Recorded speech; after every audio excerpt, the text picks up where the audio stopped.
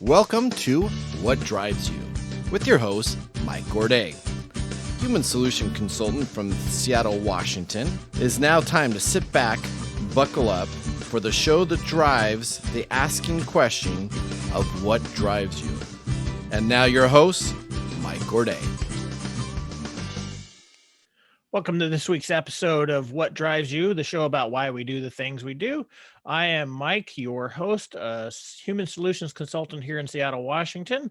Today, we're going to be talking with Paul Leviton, a health and wellness coach in the New York area. And then we're going to talk about, time today. And then the question of the day. So just stick around with us. We'll be right back with Paul, and then we'll move on with our other segments.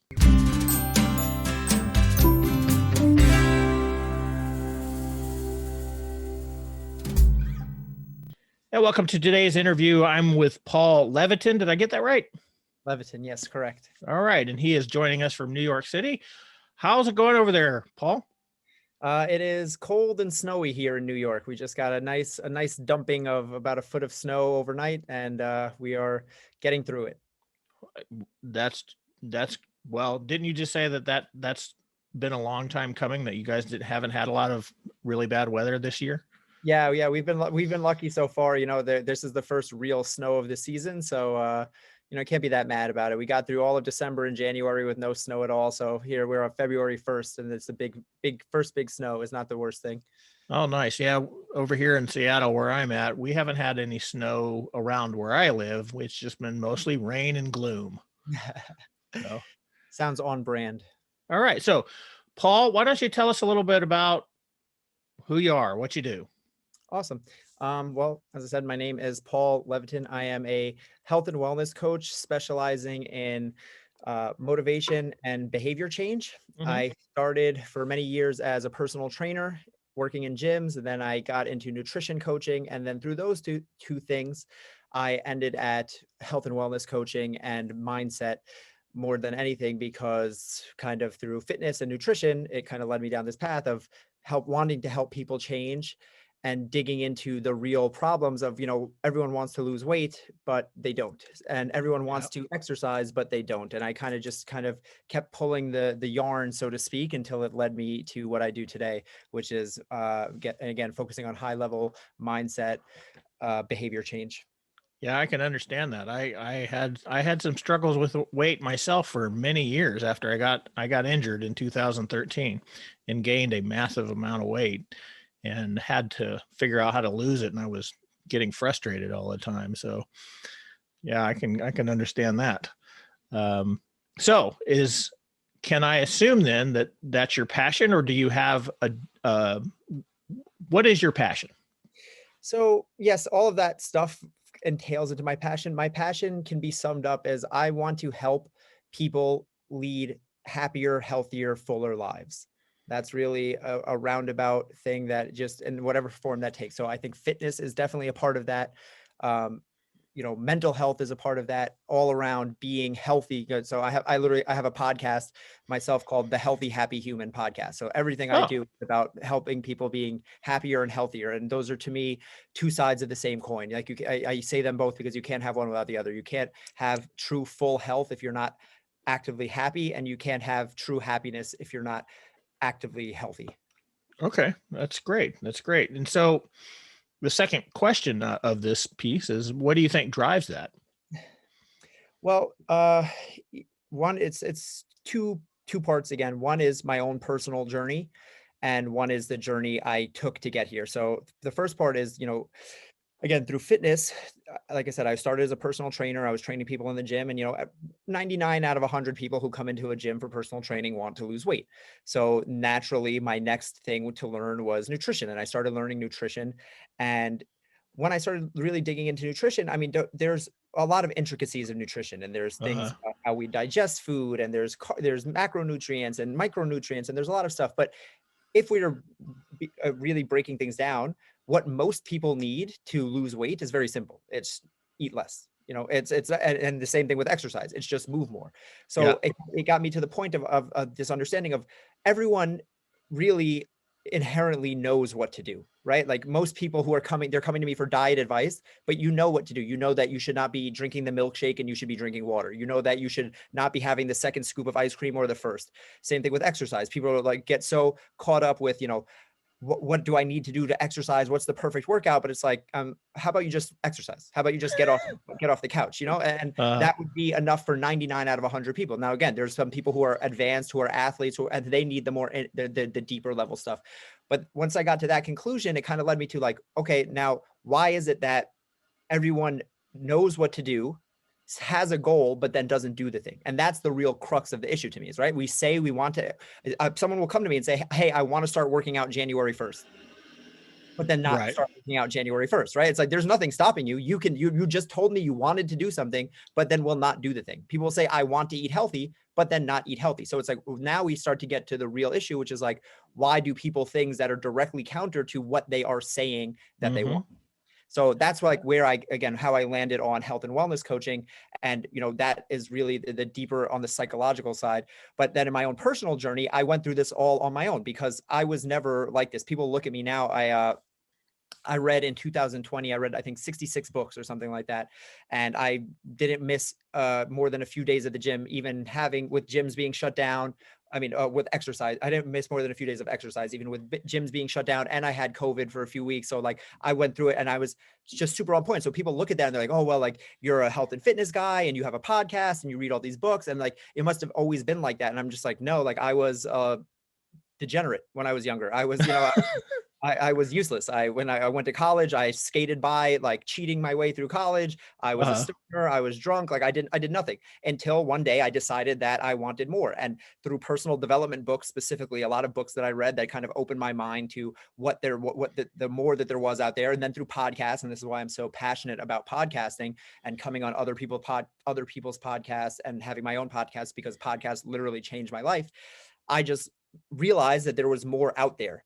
And then that kind of led me to the understanding for myself of, okay, then what is life about? And, people work for money. And then, again, working in the gym, which is all built around vanity, and everyone wants to lose weight and have abs and something like that. Like I just kind of came to the conclusion for myself, what I believe life is about happiness. I just think that if I don't know, I'm not a religious person. I don't know that there is or isn't an afterlife. I don't know what else there is. So if that's the case, all I know is I get these 80 to 100 years on this earth. All right. And that's what I'm guaranteed, right? As long as I don't get hit by a car or something like that. Maybe there's something after that, but I don't know. What I do know is I have this. And if that's the case, how do I make the most of it? I want to enjoy those years as to the best of my ability. And now to me, understanding fitness and nutrition, I do not think that you can have happiness without health. I see people who come into my gym who are 40 years old and go, hey, I haven't worked out since I was 20. And then I see people who are 60 years old and have continued to be active. And the quality of life is so different. Like fitness, to me, this is again, what I'm passionate about. Fitness is not about looking a certain way. I could care less about your biceps or your abs or something like that. Fitness is a conduit to that happy, healthy life to me. And if there was a way to live until you were 80 or 90 years old and have a high quality of life without having to eat well and go to the gym, I would be all for it. But I don't know that it exists, right? The human body needs certain things. So my passion is to just get people to understand that there is another level where we are exercising, yes, but not because of a certain way that we want to look. We are reading not because I have to for school. It's just about unlocking a higher potential of life. And you're doing it for yourself, not to yourself, right? I'm not doing this. I'm not exercising as a punishment. I'm doing it because my life is better when I exercise. I'm not reading, but because I have to. I'm doing it because my life is better when I read, when I listen to podcasts, when I don't binge Netflix and eat the 16th Oreo after the 15th one, something like that. So that's really what I'm passionate about, and just spreading that message to as many people as possible. Yeah, I can agree with a lot of that, because unlike your story, I've always tried to do a lot of different things. I was a martial artist for 20 years. I have an advanced degree in psychology. I do a lot of human behavior stuff. I've been reading personal development books since the early 90s, things like that. And in 2013, I injured myself in a very it was just the most moronic thing I could think of. I would just stood up out of a chair and my coat snagged on the arm of the chair and my back sprung.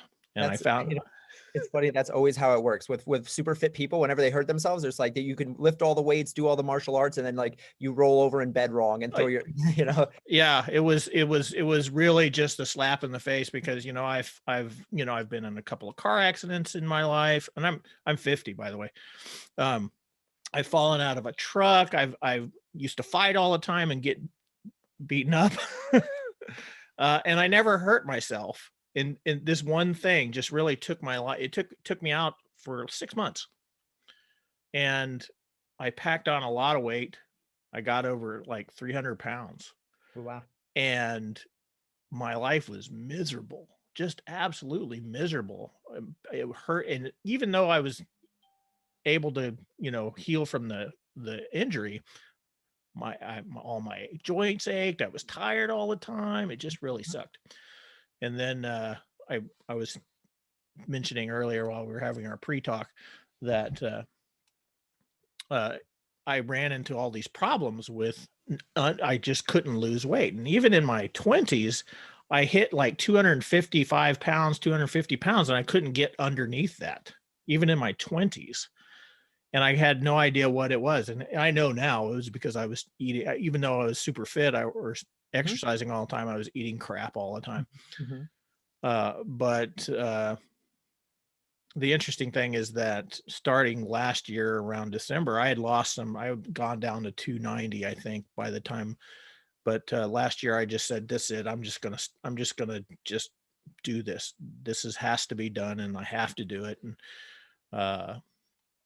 I started off simply by eating differently, and then walking every day or doing some form of exercise every day. And I've built on that over the past year, and I've lost 100 pounds or so. Oh, wow. Amazing. Congratulations. Thanks. And the offset or the results is I've got so much freaking energy. I don't know what to do with myself, which is kind of annoying with all this stuff. I can't go out and do things. Yeah. So, yeah, for sure. And I mean, like, exactly that is my point, right? So a few things that you said that I really liked. One, exactly, that you have all this new energy now, right? So to me, again, fitness is not the goal. It's not losing the 100 pounds. Well, yes, that's a health issue too, because when you're a certain weight, there is a health aspect of it. But just the way your life changes, right? The way I always use myself as an example. I exercise, because my body is just in good shape now. So, a few weeks ago, my friends texted me out of the blue, "Hey, do you want to go snowboarding?" And I said, "Yeah," because I have the ability to do that. Because I exercise year round, so that if I want to go snowboarding or rock climbing or go for a hike or go for a bike ride during the summer, I have the ability to do that. And people who are overweight or out of shape or have bad joints or whatever because they don't take care of their bodies, they don't realize what they're missing out on. They're like, oh, like I don't care about that stuff. But it's like, you can't do it. So you don't have, I want to have the option. Even if I might not like hiking, but I want to be in control of my own life and my own destiny. And I want to be able to say, I don't want to go on a hike. It's not because I can't. It's not because I can't do it physically. It's because I choose not to. And it's exactly like you said before about the losing the weight. It's like nothing changed except that you made the decision that like now was the time to do it. Right. And like, that's like, we have to, sometimes we have to hit rock bottom and really say, like, they say like change happens when the pain of change is worse than the pain of staying the same. That's right. That's exactly right. Yeah. And that's exactly what it is. So sometimes when people will say like, well, I want to lose the weight, and I'm like, well, are you ready to do the thing?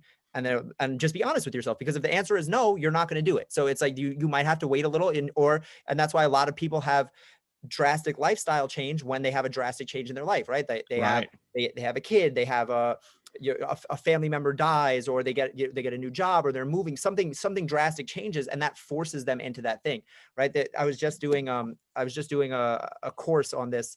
I was writing up the module on setting goals, and one of the things that I mentioned is that, like, you can do the change at any time, right? So take the example I just used of, take a woman who smokes a pack a day and then finds out she's pregnant. She'll quit like that day. But before that, she never would have been able to quit. Why? Because there was a need for it. There was a necessity in that moment, and she had no other choice. She was always able to do it, but the necessity caused her to do it. So that's the stuff, again, what I'm interested in, is figuring out that, like, how do we trick the brain into doing that, and to do where we don't have to wait for to be pregnant because I'm never going to get pregnant. So if I want to, Right. if I want to quit smoking, I'm going to have to figure out something else. So that's the kind of stuff that I'm really interested in and teaching to people, because, you know, the other thing is that people get down on themselves about it. They go, oh, like I can't lose this weight. And they think that they're less than, and then they beat themselves up, and we get into these negative emotional cycles. But it's like, you have a lot going against you. The human brain is infinitely complex. And it's like, we are fighting against thousands of years of evolution, and we're just fighting a losing battle all the time. So this is what I try in my podcast and my courses, I talk about all the time, is just like, there's ways around it, but it's not easy. And you have to realize that you're fighting an uphill battle almost all the time. You have to take the tough road, and there's no easy fixes, and you're not going to go to the gym one day and get ripped like some people think.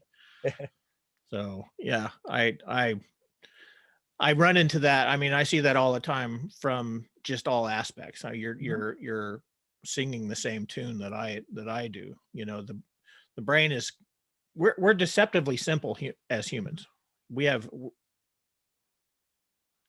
Everybody does the same things, but what makes it complex is all the bits of information that we store up all of our lives, plus what you talked about, plus the organic piece, that evolutionary track that we have followed since we hit the historical record, you know. Yeah, for sure. It's like, I would say, it's like you're fighting. It's whatever you want, the monkey brain, the lizard brain, whatever you want to call it. You know, we're always fighting against that. And we have, you know, what's called the evolutionary mismatch, where we have the technological advances that we've gone through in the last 50 to 100 years have just far outpaced our evolution. And now we have, you know, processed foods, and we have video games, and we have movies, and we have things, and we have like, the human body was not made to sit all the time. Like we were made to be bipedal, and now we lay in bed to get up and sit in a car, to go and sit at a desk, to then go back and sit on a couch, and then lay in bed again. And it's like, we're on our feet for like 30 minutes a day, combined a day. This is my thing about fitness and stuff. Like, this is like I'm saying, it's like, I'm not telling anyone that they need to go lift weights or do, like, again, you like martial arts, do martial arts. You like, I like to go rock climbing, indoor rock climbing, and I'm scared to do it outside, but indoor rock climbing, they have gyms here. But it's like, just move, because the human body was built to move. This is, you know, and we've sucked movement out of our lives because of modern technology, and now we need to inject it back in, because the human body dies without it. It literally, it tells you, it will get sick, it will get overweight, it will get heart disease, it will get diabetes, it will get a million bad things if you don't move. And then what happens as soon as you start moving, you lose weight, the plaque on your arteries goes away, diabetes goes away, your blood markers get better. It's like, it's just a perfect, it's just, your body is telling you, if you do this, you will be healthy and happy and survive. And if you do this, you will not lead a good life, and you will eventually get sick and die. And it's just like, it's so cut and dry to me but it, you know, it's one of those things that some people just don't see it. And that's why I'm always talking about this. If you can see, I get fired up when I talk about it, because this is a human thing. Everyone needs this stuff. Yeah, I just had my yearly checkup, and I am healthier as a 50-year-old than I was when I was 25. Except for my knee. My knee is destroyed, but that's okay.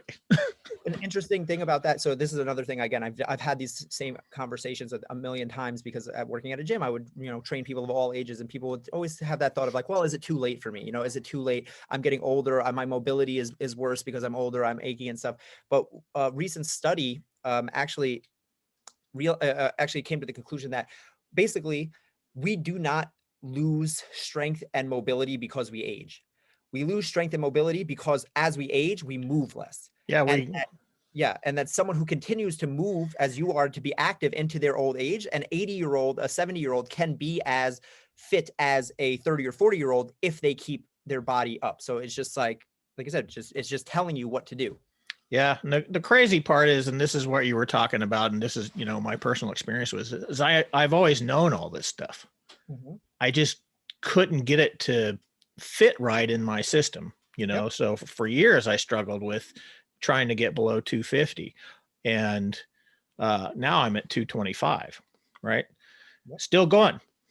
But it's a beautiful thing. Yeah, it's great. And it's crazy, because I had this block that I couldn't get in for a few years there. I couldn't get below 280, and that was really hard. And it just took a monumental effort Mhm. I know people don't like hearing that, but Yeah. it does. It takes a monumental effort, and you have to understand why you're doing it. And that's the one piece I had to figure out, is why I was doing it, and then put in the effort to do it when all I really wanted to do is just sit on my ass. For sure. It's funny. Like literally, I told you I have a podcast, The Healthy Happy Human, and the very first episode when I started is titled "Start with Why." Like that is what Yeah. that's what the whole podcast, because that's it. That is everything to me. It's like, if you don't have, because this is how I break it down.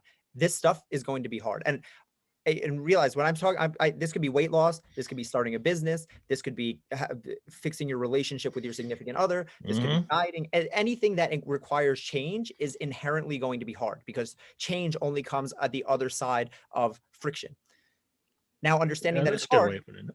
yeah. So now understanding that it's going to be hard, that means that you're going to want to quit, because again, evolutionarily, we are bred. Imperative number one is survive, and survival Right. means save energy. So Right. you're anything that if you have a choice between two things, one that's energy expensive and one that's energy cheap, your brain is always going to pick the energy cheap thing.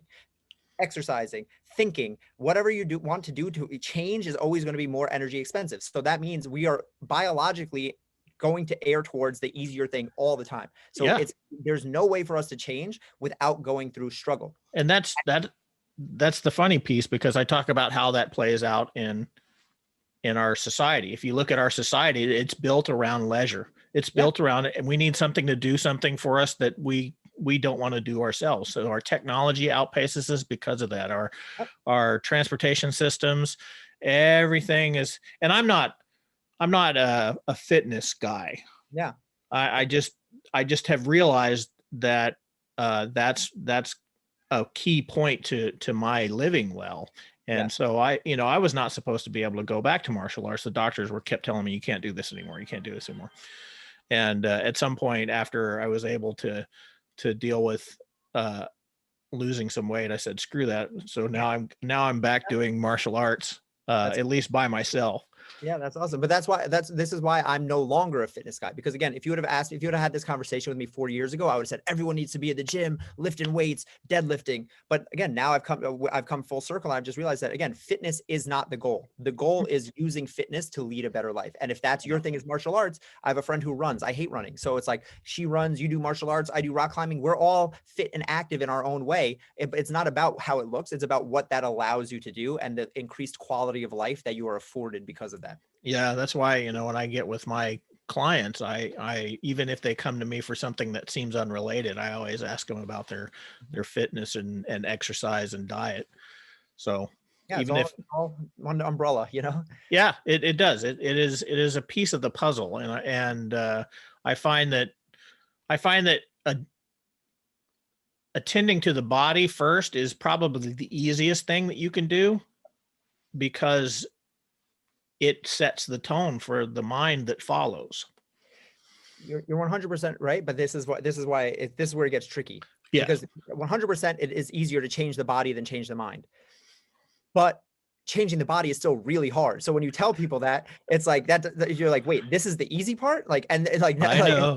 this is so hard. So it's like now it's almost scary to think like, whoa, like if this is like what if going to the gym and all that other stuff is easy, like what happens when it gets hard? Because that stuff is incredibly hard. But it's like I was just saying, everything is hard. There is no getting around that, and you kind of just have to accept that. And that's why I was talking about having the why, as you said, Yeah. because when it gets hard, when you're if your thing is just to lose weight, again, if I'm 300 pounds and I say I want to be 250, okay, if someone gave it to me, if someone waved a magic wand, I'd probably take it. But if now it's like, if I have to do all the work and my only goal is to just be 250 because it sounds better than 300. Again, when it gets hard, I'm probably going to go, it's not that important. Yeah, it doesn't work. That's And why 80% of resolutions go down the toilet in the yeah, first 2 weeks. exactly. But when you have a deep seated why, like I went to the doctor and he told me that I have heart disease and that I need to lose 50 pounds or I might die. That same person who couldn't lose the 50 pounds before is going to figure out a way to do it. But it doesn't have to be that. We don't have to wait till we're about to die. We can think about things like our family, things like, again, our quality of life. I think about, my nephew and my future kids, and how, if I'm going to have kids 5 years from now, they're going to be 15, 20 years from now. I need to start laying the foundation for that right now. And I need to be taking care of my body from today, because I can't let myself get into a situation where I'm too far gone to dig myself out of. Right. Yeah. And that's always the challenge, is figuring out before it's too late. Yep. All right. Okay. Well, that's about all the time we have today. I really appreciate you coming on. That you have a ton more energy than I do. No worries. Thank you. Because I'm But cooped that's up okay. inside, hiding from the snow. I haven't moved all day. Yeah, I totally get that. I bounce off the walls, and that's never been me. That's never been me. But See, all that extra energy you have now that you lost the weight. yeah, it's almost irritating. I'll tell you what. It's almost like, man, this really sucks. There's worse problems to have, I promise you. Oh yeah. Well, I know. I'm a little older than you, so I've seen more crap. Awesome. Anyway, thanks for joining us. I appreciate your time. Is there any last thought you'd like to leave our viewers with? Well, no, thank you. Thank you for having me again. Just the whole vision of healthy, happy humans. That's what I'm all about. If people want to check out my podcast, they can, and connect with me. My name is just at Paul Leviton on pretty much every social media platform. And I'm happy to talk to people. Clearly you can see I can talk about this stuff for hours and days, and I love it. It fires me up. So I'm always happy to answer questions or talk to whoever wants to. All right, Paul. Well, thanks a lot. Thank you for joining us. We will be right back for our main segment, so just stick around.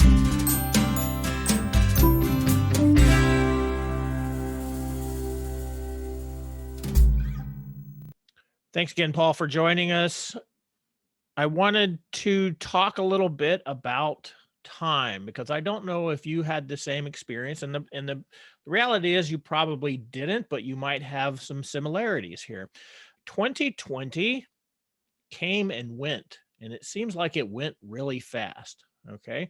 And we have an interesting relationship to what we call time.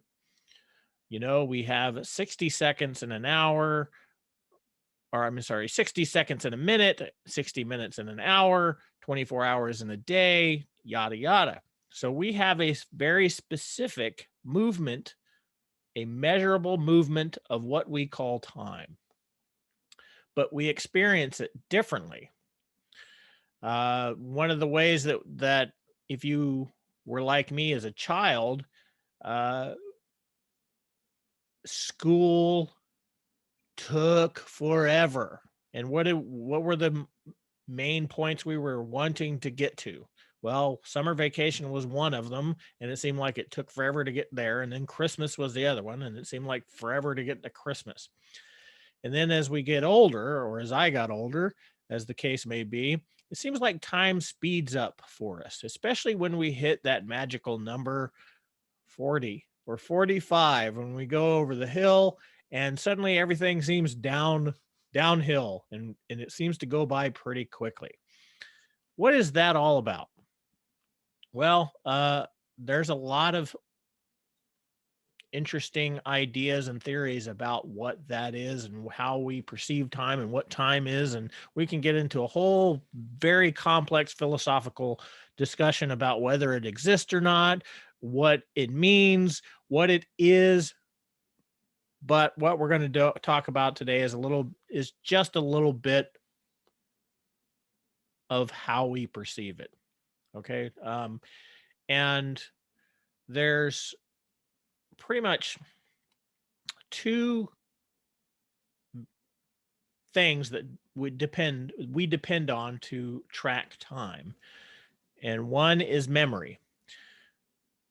Because we have memory, we have short-term and long-term memory, we can conceptualize this passage of time. Memory is very important for this idea.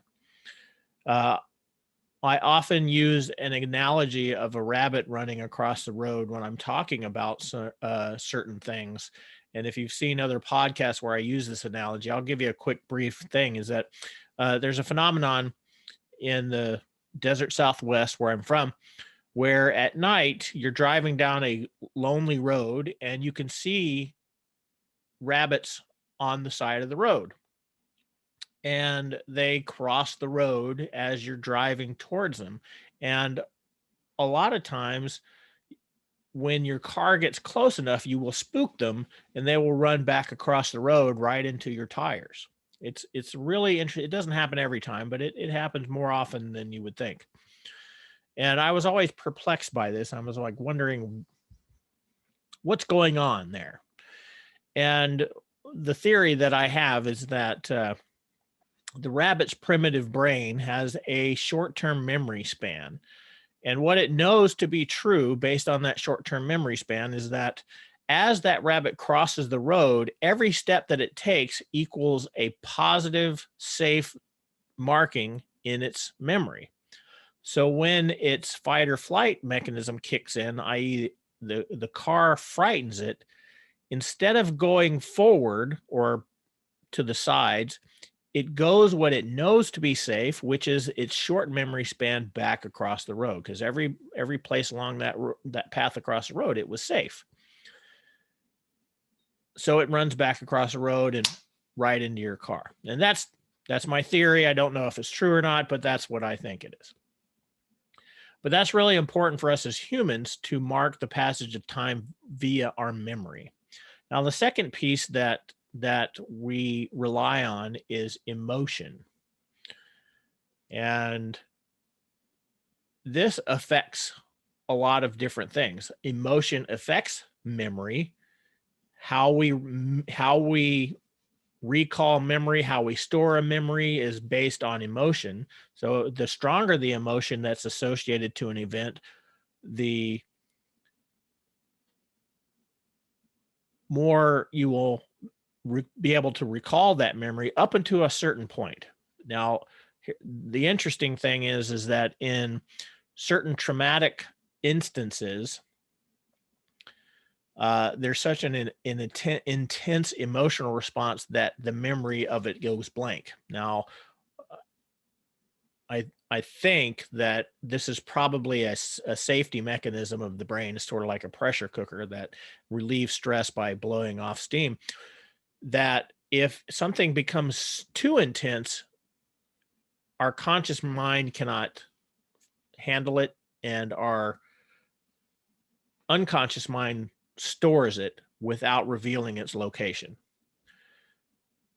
That's one of the reasons why PTSD is so difficult to get to, because the memories are embedded in the unconscious, and what people are finding out is being stored in the body, in the nervous system. So we have this experience where an emotional response, if there's no emotional response, there is less memory involved. And as the emotional response grows, the more memory grows. And then there's a point at which the emotion stops and the memory stops, or the emotion keeps going and the memory stops. So we have these two components working in tandem with our perception of time.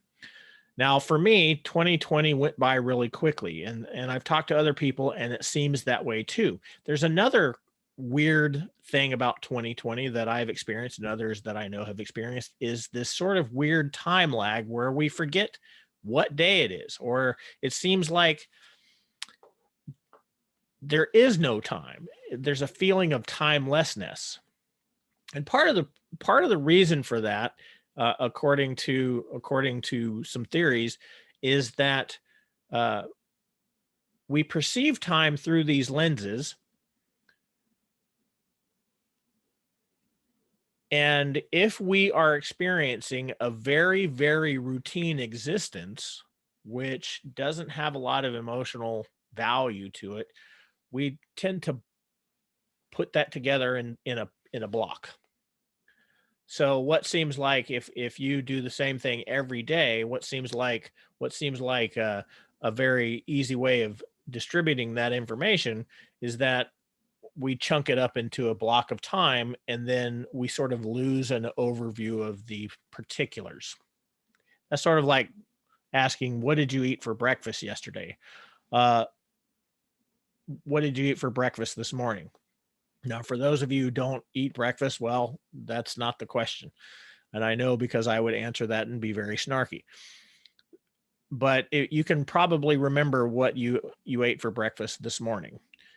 You may have some more difficulty recalling what you ate for breakfast. Now, if I ask you what you ate for breakfast last Monday, unless you have an eidetic memory, you probably have no clue because you have no emotions associated with those memory. It's the same thing with time. So as we are relegated to our safety zones for COVID rules, we're working from home. This is my experience here. I'm working from home. I live at home. I don't have a lot of going out things. I'm not doing a lot of going out into the public. So my time memory is chunked in one section that says, okay, this day is like yesterday, so we're going to put it in this pile with all the other yesterdays, and it's going to give me a sensation of timelessness. And at the same time, it's giving me a sense of, wow, that went by really fast. Now that's partially due to age as well. We tend to do that. Now, one of the theories behind this is because we are older and wiser, we're not learning new things regularly. The idea is that when you were a child, the reason why it took so long to get through school to Christmas break or summer break or whatever break you were looking for is that you were engaged in life and you were learning new things and getting new experiences and really just chewing into what it was to live day to day. So it seemed like time was slower. And so it creates when we are thinking of a future, it creates this little cognitive dissonance, which creates a little stress on ourselves. Oh my God, it's going to be like forever. So that's kind of the idea is that, and what we're doing when we're looking at future events, we are actually taking past events and using those past events to predict what's going to happen. If you remember from previous episodes, I talk about the brain is a predicting machine, and it uses all this data to help us predict safety in our environments. So when we are predicting a future situation, we are looking at previous events in our memory and using those previous events to kind of gauge what our future is going to look like. So when somebody asks you, what is your 5-year plan? You're actually looking backwards to look forwards. And you're of course doing this unconsciously because that's the way your brain works. And it also shows up in how people process things like relationships or jobs or anything. So if you were in a relationship and you think based on what's going on in that person's life that is going to create havoc in your future, you probably are going to have some issues with continuing that relationship because you have future casted a negative outcome for that relationship. It's the same thing with jobs. It's the same thing with a multitude of things. So here we are using these predicting powers based on memory and emotion. Now there's other theories about why time exists the way it does for us, but I'm not really going to go into it. If you want to look in that I think there's a big Stanford study. Of course, St. Augustine really tried to take a bite out of this way back in the 1300s. So you can go back and look at that. But that is sort of the idea of our perception of time, is that when we have no real emotion attached to it, time tends to fly. And the older we get, the more we have a routine and a sameness about our life because we've been there, done that, right? When we've been there, done that, it loses its emotional luster and we start filing it away in the gray box. Whereas when we learn new things, there's something called the what's it called? The holiday paradox, where we go on vacation and it seems like while we are present in that vacation, it goes by really fast. But when we look at it retroactively, it seems like it was longer than it is, or maybe I'm getting that backwards. It might be the opposite. That it takes a long time to get. Nah, I don't think so. I'm going to go with my original sentence, that you're out there and you're experiencing and you're getting new memories and you're doing a lot of things. So it feels like there's some meat to that idea. And then when we remember it, we lengthen the time perception of it. So it's a complicated thought. It's a complicated process. It's a complicated concept. And this comes to you from all the complexities of your brain in order to understand or even conceptualize these very abstract ideas. But that's kind of one of the reasons why we perceive time in the way we do, and we try to match it up with chronometers or watches, if you will, and we have a very, in our day and age, time is often thought of as, well, in the business world anyway, time is super important. And you can just Google time as an asset or something, and you'll get tons and tons of information on why you need to manage your time, why you need to spend your time well, why time is the most important asset that you have in your life, right?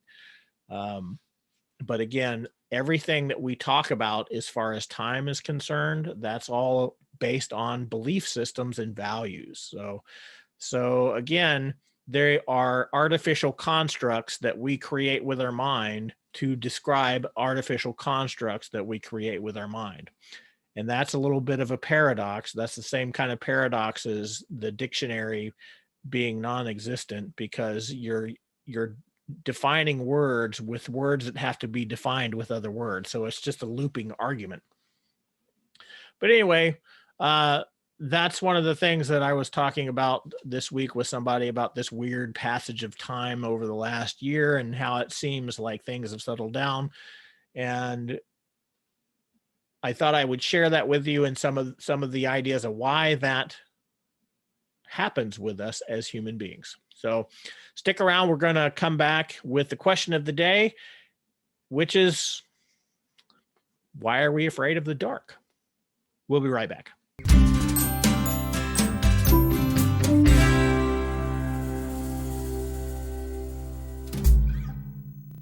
Okay, our question of the day is just very simply, why are we afraid of the dark? Darkness is, well, simply darkness is the unknown. It hides things. We relate this very deep in our psyche to bad and good. Light is good, dark is bad. So the dark is a very real, and I use that term loosely, the dark is a very real unknown to us. So much so that I think the discovery of fire was less important as a way to cook food and more important as a way to push back the darkness, so we weren't afraid of it. Now, that's important because there are reasons why the monsters live in the dark, right? As human beings, we are associated to fear as a response mechanism. And fear of the unknown is one of our biggest fears in life. So if fear of the unknown is the biggest fear, fear of the dark is representative of that fear. So it is equal or not far removed from fear of the unknown.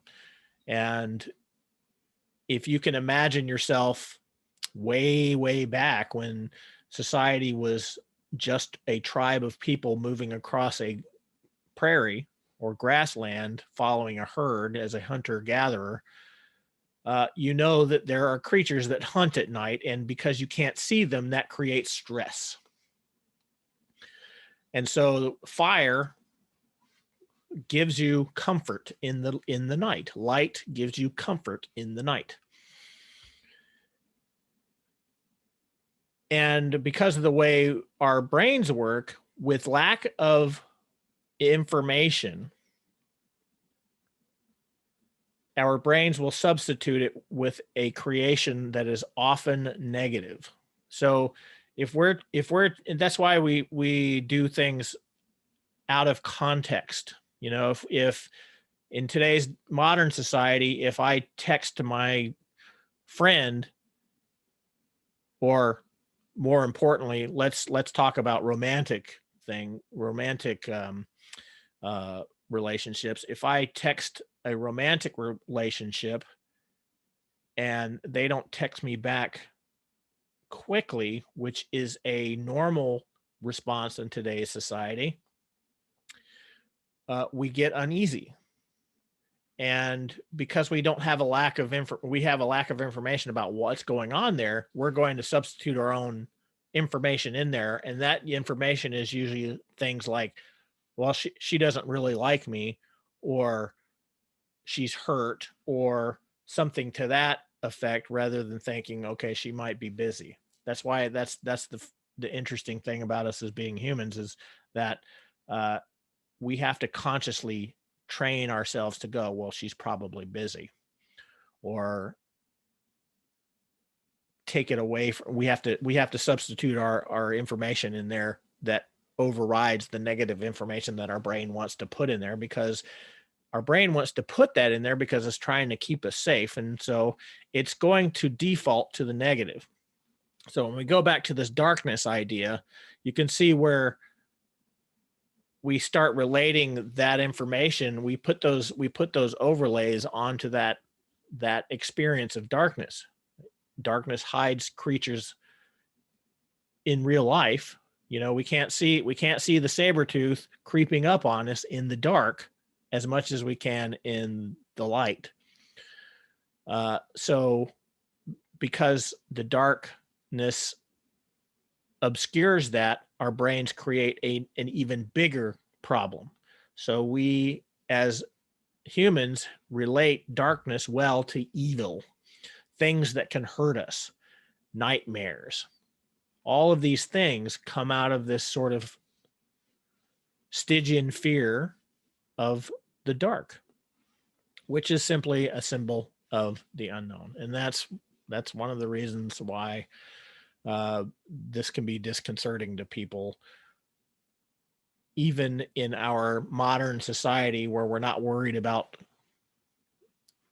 saber-toothed cats coming out and getting us, because that's all part of our genetic memory. So that's sort of that idea for that question.